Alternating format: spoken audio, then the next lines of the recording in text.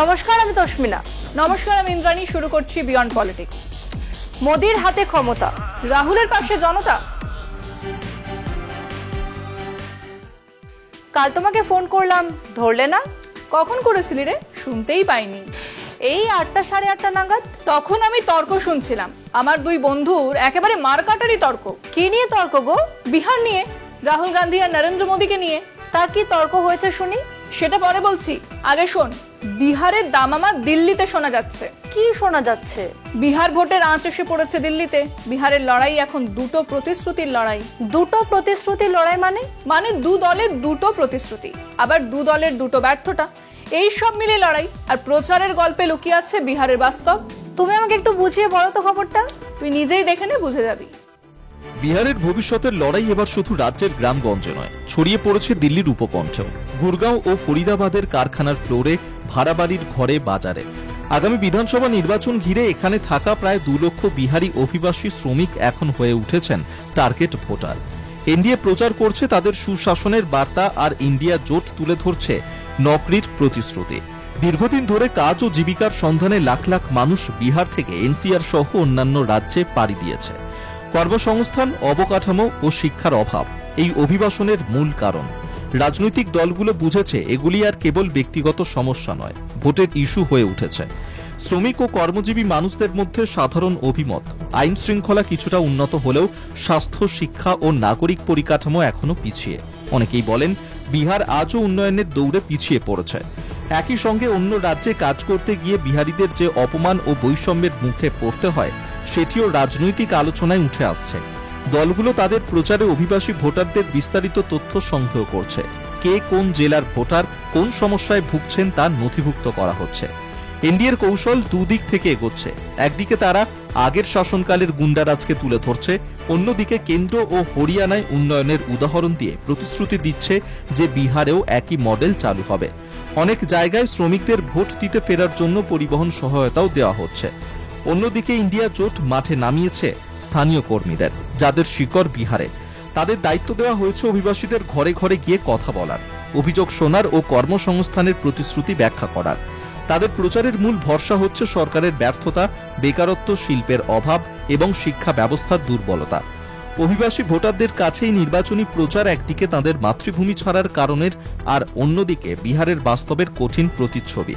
তবে সুশাসনের প্রহসন নয়, অধিকাংশই চান এমন এক বিহার যেখানে জীবিকার জন্য ঘর ছাড়তে না হয়, আর তরুণদের পরিশ্রম বিফলে না যায়। এবার বলো তো, তর্কটা কি নিয়ে হচ্ছিল? প্রভাব নিয়ে হচ্ছিল রে, কে কতটা প্রভাবশালী সেটা নিয়ে। কিসের প্রভাব? কেমন প্রভাব? বিহার ভোট বা বিহারে কে কেমন ছাপ ফেলেছেন, কার আদর্শ ঠিক কোন কথা বলছে। মানে কোন আদর্শের কথা বলছো? রাহুল গান্ধী আর নরেন্দ্র মোদী দুজন বিহারে একেবারে দুই মেরুতে আছেন। রাহুল গান্ধী যা বলছেন, নরেন্দ্র মোদী তার উল্টো কথা বলছেন। শুধু বলছেন না, দুজনের দৃষ্টিভঙ্গি সম্পূর্ণ আলাদা। ক্ষমতা মোদিজির হাতে আর জনতা রাহুলের সাথে, তাই তো? দুজনের প্রচার, দুজনের দাবি দাওয়া, দুজনের আক্রমণ, দুজনের লক্ষ্য সবই আলাদা। রাহুলের নামে এত কেস, এত মামলা দিয়েও কাজের কাজ কিচ্ছু হয়নি। তা হয়নি, রাহুলকে আটকানো যায়নি। কিন্তু কেন বলো তো কেন্দ্র রাহুলকে আটকাতে পারলো না? কারণ রাহুল একদম মোক্ষম জায়গায় আঘাত করেছেন। তুই দেখ এই খবরটা।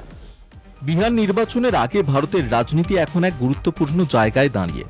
এটি শুধু নির্বাচনী লড়াই নয়, এটি এক আদর্শগত দেশের দুই রাজনৈতিক ধারার সংঘাত। নরেন্দ্র মোদী বনাম রাহুল গান্ধীর দ্বন্দ্ব। জনগণ নিজেরাই এই নাটকের মঞ্চ তৈরি করেছে।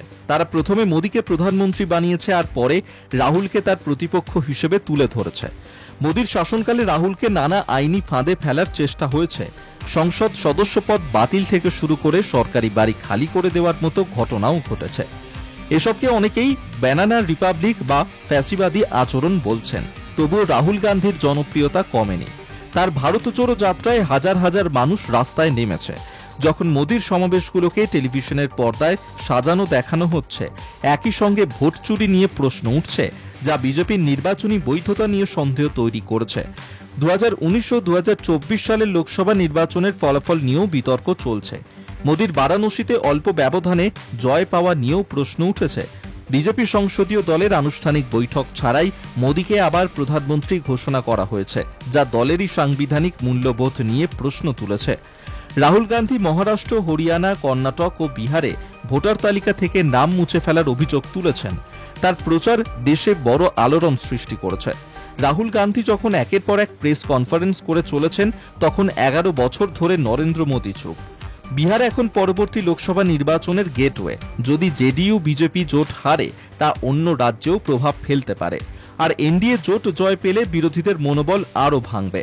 আদর্শগত দিক থেকেও লড়াইটি স্পষ্ট। মোদী হিন্দুত্ববাদী হিন্দু রাষ্ট্র ভাবধারার প্রতিনিধি, আর রাহুল সংবিধান ভিত্তিক ধর্মনিরপেক্ষ ভারতের পক্ষে। মোদীর সঙ্গে ব্যবসায়িক গোষ্ঠীর ঘনিষ্ঠ সম্পর্ক যেমন প্রশ্ন তোলে, তেমনি রাহুল এখন নাগরিক শক্তিকে পাশে নিয়ে বড় লড়াইয়ে নেমেছেন। বিহারের ভোট তাই কেবল একটি রাজ্য নির্বাচন নয়, এটি ভারতের ভবিষ্যতের পথ নির্ধারণ করবে। বিজেপি যেখানে ভোট চায়, সেখানে কাজবাজ নিয়ে কেন কথা বলে না? বিজেপির 3টে ইস্যু: জাত, ধর্ম, জাতীয়তাবাদ। কিন্তু বিজেপি খাদ্য, বস্ত্র, বাসস্থান নিয়ে কথা বলে না কেন? মানুষের বেসিক চাহিদা নিয়ে কথা বলা কঠিন, তাই। কিন্তু কেন কঠিন? কারণ দেশে চাকরি নেই, জিনিসপত্রের দাম বাড়ছে, ট্যাক্সের বোঝা, যুব সমাজ অনলাইনে রিল করে টাকা কামাচ্ছে। কিসের ভরসা আছে? তাহলে শুধু জাত ধর্মের ঠেকনা দিয়ে কি হবে? ভুলিয়ে রাখা যাবে। ধর্ম ধর্ম করে মানুষ পেটের খিদে ভুলে যাবে, আর এভাবেই ভোট জিতে যাবে। পয়সার খেলায় মানুষকে ভুলিয়ে রাখা যাবে, মানুষ পেটের কথা, অসুখের কথা ভুলে যাবে। যা বলেছো, চলো এবার শেষ করি। তাই বিয়ন্ড পলিটিক্স আজকের মতো এ পর্যন্তই। দেখতে থাকুন কলকাতা টিভি, রাত দিন 7 দিন।